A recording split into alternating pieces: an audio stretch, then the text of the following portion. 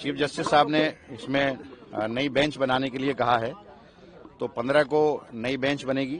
اور اس میں کیونکہ انہوں نے یہ بھی کہا ہے کہ جو ایفیڈیوٹ سرکار نے دیا ہے ہم نے وہ ٹھیک سے پڑھا نہیں ہے، کیونکہ وہ ریٹائر ہو رہے ہیں. انہوں نے کہا ہے تو نئی بینچ اس کو سنے گی، جسٹس گوئی کی ادھیکشتا میں وہ سنے گی.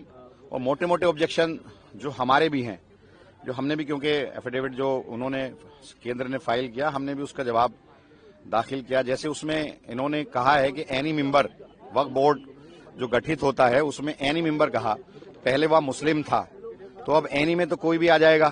تو پہلے وہ مسلم تھا، مسلم ایم ایل اے، مسلم ایم پی، مسلم بار کونسل، مسلم متولی، تو یہ تھا، تو انہوں نے وہ ختم کر کے اینی کر دیا. دوسرا جو نیشنل وقف کونسل ہے اس کے اندر 20 مسلم ایم ایل اے ہوا کرتے تھے، 20 مسلم ممبر ہوا کرتے تھے، اب 20 کو ہٹا کے انہوں نے 22 کر دیا. 10 مسلم ہوں گے اور 0 to 12 جو ہے وہ اینی کوئی بھی ہوگا.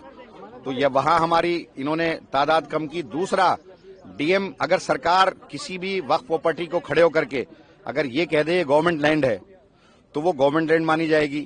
دوسرا جو ڈی ایم کو انہوں نے پاور دی ہے وہ یہ دی ہے کہ ریونیو ریکارڈ کا نیچر وہ چینج کر سکتا ہے. تو کسی بھی پراپرٹی کو ریونیو ریکارڈ میں اگر وہ وقف کی ہے تو وہ ریونیو ریکارڈ میں اس کے نیچر کو چینج کر سکتا ہے، تو وہ ہمیں آبجیکشن ہے.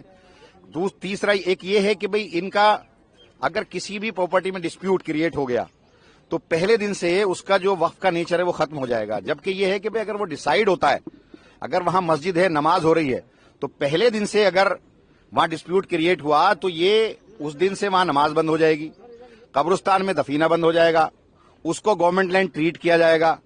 جبکہ ہونا یہ چاہیے کہ اگر اس پر کوئی ڈسپیوٹ ہے اور جب تک کہ کورٹ کا آخری ورڈکٹ نہیں آتا، فیصلہ نہیں آتا، تب تک وہاں اس کا نیچر چینج نہیں ہونا چاہیے. جو ابھی تک ہوتا تھا، اگر نماز وہاں ہو رہی ہے تو نماز ہوتی تھی، دفینہ وہاں ہو رہی ہے دفین، تو کوئی بھی ڈسپیوٹ کریٹ کر دے گا. تو یہ موٹے موٹے جو ہیں، اور وقت بائی جو یوزر ہے ہمارا اس پر آبجیکشن ہے ہی، ممبر جو بورڈ کا کنسٹیٹیوشن ہے اس پر ہے ہی.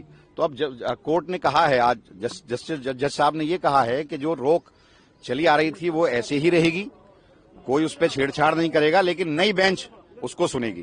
شکریہ.